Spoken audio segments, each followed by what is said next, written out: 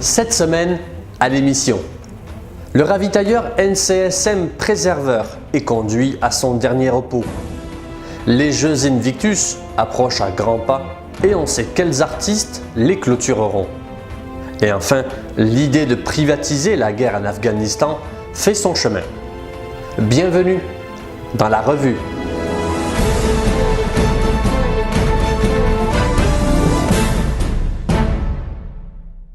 Un peu moins d'un an après avoir été officiellement décommissionné de la Marine royale canadienne, le navire ravitailleur NCSM Preserver a été transporté le 2 août à sa destination finale, les installations de Marine Recycling Corporation, dans le parc industriel Seaport en Nouvelle-Écosse, où il sera démantelé.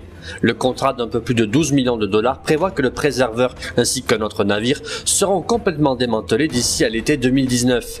Le NCSM Preserver, qui a vu un peu plus de 8000 marins servir à bord durant ses 46 années de service, était le deuxième et dernier navire de la Marine royale canadienne à ravitailler.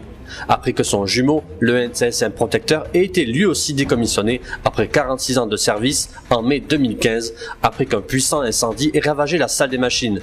On attend désormais le navire Astérix des chantiers Davy dans les prochains mois. Le commandant des gardes-côtes des États-Unis, Paul Zonkouf, a déclaré mardi 1er août qu'il ne romprait pas le contrat de confiance qui le lie à son personnel transgenre après que Donald Trump a annoncé la semaine dernière que les personnes transgenres se verraient interdire de servir leur pays.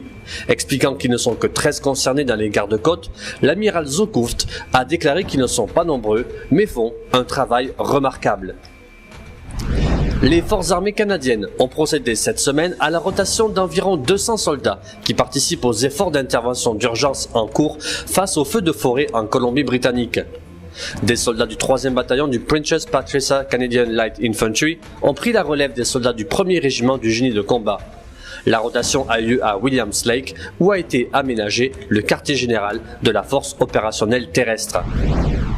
Le comité d'organisation des Jeux Invictus de 2017 à Toronto a dévoilé cette semaine les artistes qui participeront à la cérémonie de clôture le 30 septembre prochain. Au roulement de tambour, joueront donc la légende canadienne Bryan Adams, l'auteur-compositrice-interprète américaine Kelly Clarkson, le groupe de rock culte Bachman & Turner et l'auteur-compositrice-interprète québécoise Cœur de Pirate. La cérémonie de clôture marquera également le transfert officiel à Sydney en Australie, qui sera l'hôte des Jeux Invictus de 2018. Pour cet événement qui aura lieu au Centre Air Canada, les billets sont en vente à partir de $60 et peuvent être achetés en ligne sur jeuxinvictus2017.com/billets.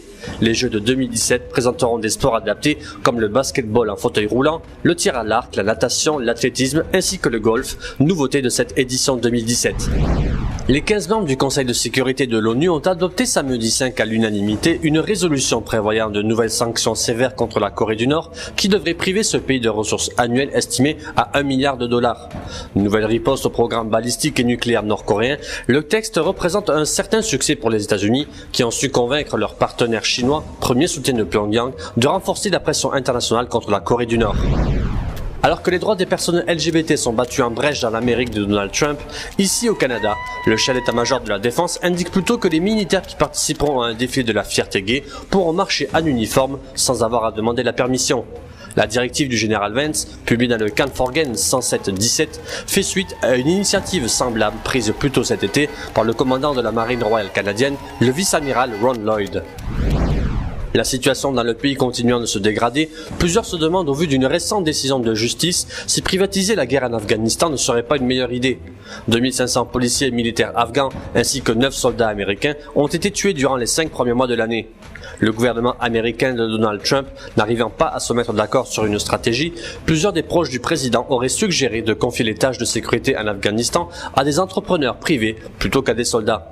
Redonnant un peu de crédibilité à ces entreprises privées, la Cour d'appel de Washington a estimé cette semaine que 4 employés de l'ex-Blackwater devaient être rejugés dans une sordide affaire en Irak en 2007. Les 4 hommes qui circulaient à bord de véhicules blindés avaient ouvert le feu à la mitrailleuse et jeté des grenades sur un carrefour très fréquenté. La fusillade avait fait des dizaines de victimes civiles, dont femmes et enfants.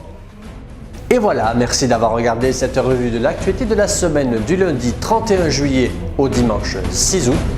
Rendez-vous la semaine prochaine.